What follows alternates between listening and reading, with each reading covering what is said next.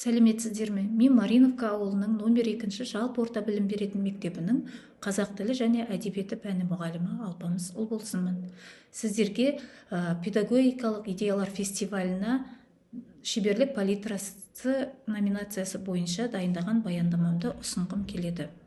Бұл баяндамада қазақ тілі мен әдебиеті пәні бойынша педагогикалық идеялар фестивалінің өзектілігі мен маңыздылығы қарастырылады. Фестивальдің негізгі мақсаты мұғалімдерге шығармашылық қабілеттерін арттыруға және оқыту процесін жаңартуға көмектесу. Фестивальдің негізгі мақсаттары: бірінші, шығармашылықты арттыру, мұғалімдердің оқытудағы креативті әдістерін дамытуға ықпал ету, оқытуды жаңарту, инновациялық технологиялар мен интерактивті әдістерді енгізу және кәсіби шеберлікті жетілдіру, мұғалімдердің кәсіби дағдыларын үздіксіз арттырып отыру. Зерттеу барысында интерактивті әдістер мен инновациялық технологиялар қолданылды. Қорытындысында педагогикалық идеялар фестивалі мұғалімдердің кәсіби дамуына оң әсер етіп, оқушылардың білім сапасын жақсартуға ықпал ететіні анықталды. Ұлттық құндылықтар және білім беру. Қазіргі таңда білім беру жүйесінде қазақ тілі мен әдебиет пәні тек қана тіл үйрету құралы ғана емес, сонымен қатар ұлттық мәдениет пен сананың қалыптасуына ықпал ететін маңызды фактор ретінде қарастырылады. Әлемдік жаһандану үрдісінде ұлттық құндылықтарды сақтау, ана тілімізді терең меңгеру және оны келер ұрпаққа жеткізу өзекті мәселелердің бірі. Осы тұрғыдан алғанда, осы фестивальге арналған баяндама жаңа әдіс-тәсілдерді іздестірудің және оларды білім беру процесіне енгізудің маңыздылығын көрсетеді. Зерттеудің мақсаттары мен міндеттері. Мақсаты: қазақ тілі мен әдебиет пәні бойынша оқушылардың шығармашылық қабілеттерін дамытуға бағытталған инновациялық әдістерді анықтау және оларды тәжірибеде қолданудың тиімділігін дәлелдеу. Міндеттері: оқушылардың тіл байлығын арттыру, әдебиетке деген қызығушылықтарын ояту, шығармашылық ойлау қабілеттерін жетілдіру. Зерттеу нысаны: жалпы білім беретін мектептердің 9 сынып оқушылары, ал зерттеу пәні қазақ тілі мен әдебиеті пәні. Зерттеу әдістері: бақылау, сауалнама және тәжірибелік сабақтар, статистикалық өңдеу. Бақылауда оқу процесін тікелей бақылау, сауалнама бойынша оқушылар мен мұғалімдерден кері байланыс алу, тәжірибелі сабақтар ол инновациялық әдістерді қолдану, статистикалық өңдеу, нәтижелердің дәлдігі мен сенімділігін қамтамасыз ету. Бұл әдістер зерттеу барысында алынған мәліметтердің дәлдігі мен сенімділігін қамтамасыз етеді. Сонымен қатар оқушылардың шығармашылық жұмыстарын талдау арқылы олардың даму деңгейі мен әлеуетін анықтауға мүмкіндік береді. Халықаралық тәжірибелерден салыстырмалы талдау жүргіздім. Бұл жерде мен Финляндия моделін Қазақстанның дәстүрлі әдістерімен салыстырып талдау жасадым. Финляндия моделінде шығармашылықты дамытуға бағытталған, оқушылардың жеке ерекшеліктерін ескереді, оқушылардың жеке ерекшеліктерін ескеріп қана қоймай, практикалық дағдыларды жетілдіруге басымдық береді.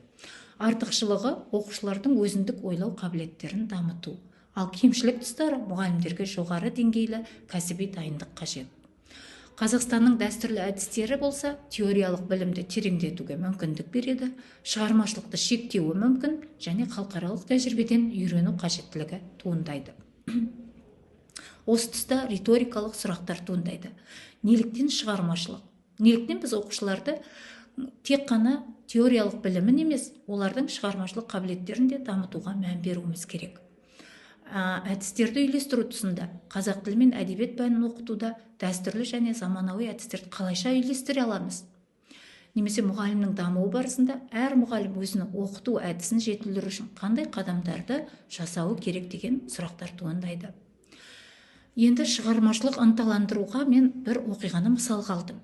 Бір күні қазақ тілін оқытатын мұғалім сыныбында жаңа әдісті қолдануға шешім қабылдады. Ол оқушыларға шағын топтарда бір-бірімен пікір алмасуды ұсынды. Нәтижесінде оқушылар өз ойларын еркін жеткізіп, әртүрлі көзқарастарды тыңдай алды.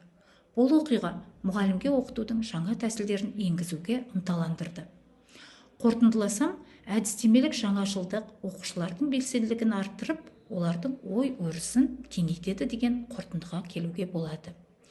Бұл жерде сценарийлік болжамдар туындайды. Пессимистік болжам, базалық болжам және оптимистік болжам. Соның ішінде пессимистік болжамда дәстүрлі әдістер өзгеріссіз қалса, оқушылардың шығармашылығы шектеліп, білім беру жүйесі заман талабына сай болмай қалуы мүмкін. Базалық болжам: қазіргі және жаңа әдістер қатар қолданылса, білім сапасы біртіндеп жақсарып, оқушылардың жан-жақты дамуына ықпал етеді.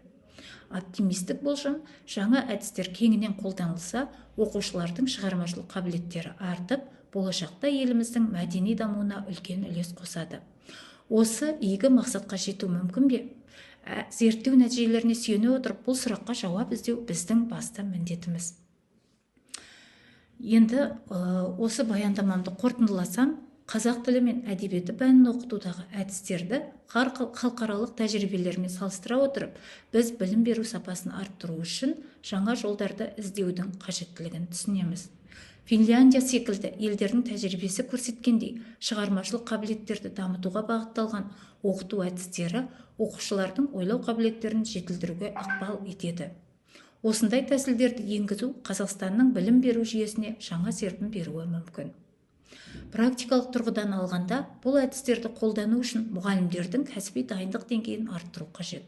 Мұғалімдер жаңа технологиялар мен әдістерді меңгеру арқылы оқыту процесін қызықты әрі тиімді ете алады. Бұл оқушылардың шығармашылық қабілеттерін ғана емес, олардың теориялық білімдерін тереңдетуге де мүмкіндік береді.